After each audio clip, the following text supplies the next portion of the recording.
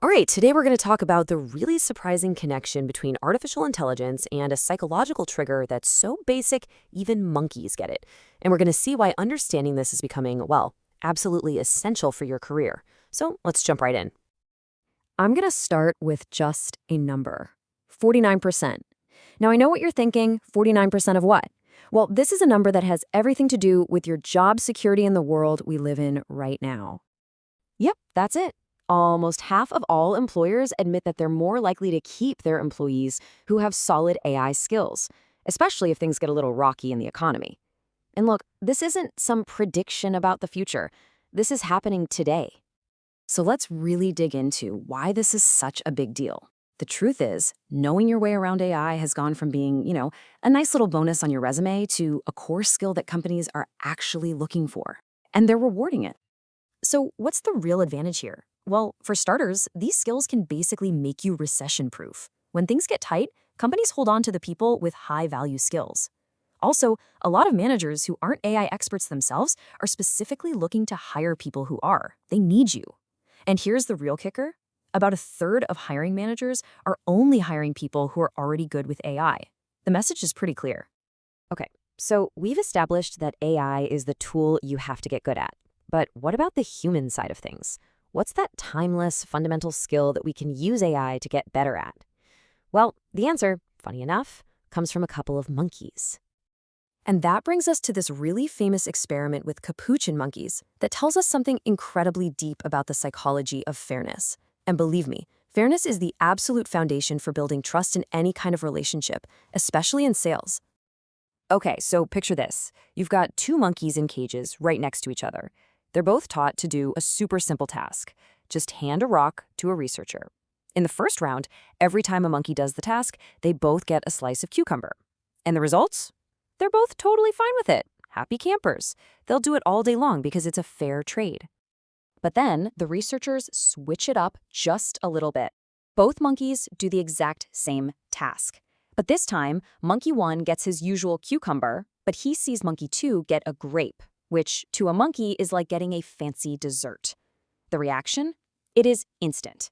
Monkey 1 sees this unfairness, he looks at his cucumber, and he just chucks it right back at the researcher. He is furious.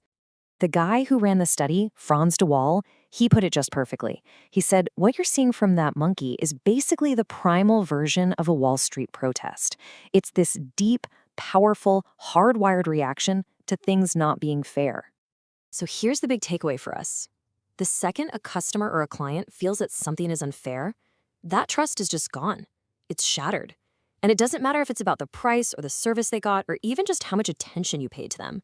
That feeling of getting the short end of the stick, it just destroys the rapport you need to build anything. Which, brings up a really important question. How in the world do you practice these delicate human skills, like building rapport, showing fairness, in a way that's totally safe? I mean, you can't really afford to experiment on your best clients, right? Well, this is exactly where AI comes back into the picture. I want you to start thinking of AI as your own personal role-playing coach. It's available 24/7. It's a space where you can practice, you can totally mess up, and you can fine-tune your approach to these tricky human interactions, all with zero real-world risk. Let me show you how. To have a really good practice session, it's all about how you set it up. It's all in the prompt. And there's a really simple formula. First, tell it who you are. Second, tell it who the AI should be, and for a real challenge, make it a skeptical customer.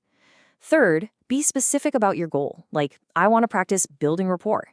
And last, and this is key, tell the AI to act like your coach and give you feedback afterwards. Here's a perfect example from the source material.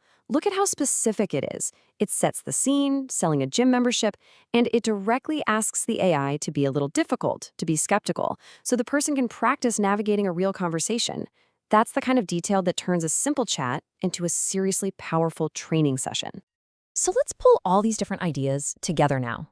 We've talked about why AI skills are so critical for your career. We've looked at this incredibly deep psychological need for fairness, and now we know how we can actually use AI to get better at that very human skill. So if you're going to remember 3 things, make it these. Number 1, being good at AI isn't just a nice to have anymore. It is essential for your career. Number 2, That feeling of fairness, it's the absolute bedrock of trust. And number 3, you can and you should use AI as your personal coach to practice and master these critical human skills in a totally safe way. So I'll leave you with this question to think about. After everything we've talked about, from your job security all the way to monkey psychology, what's the one skill you're going to fire up your new AI coach to practice this week? Thanks for watching.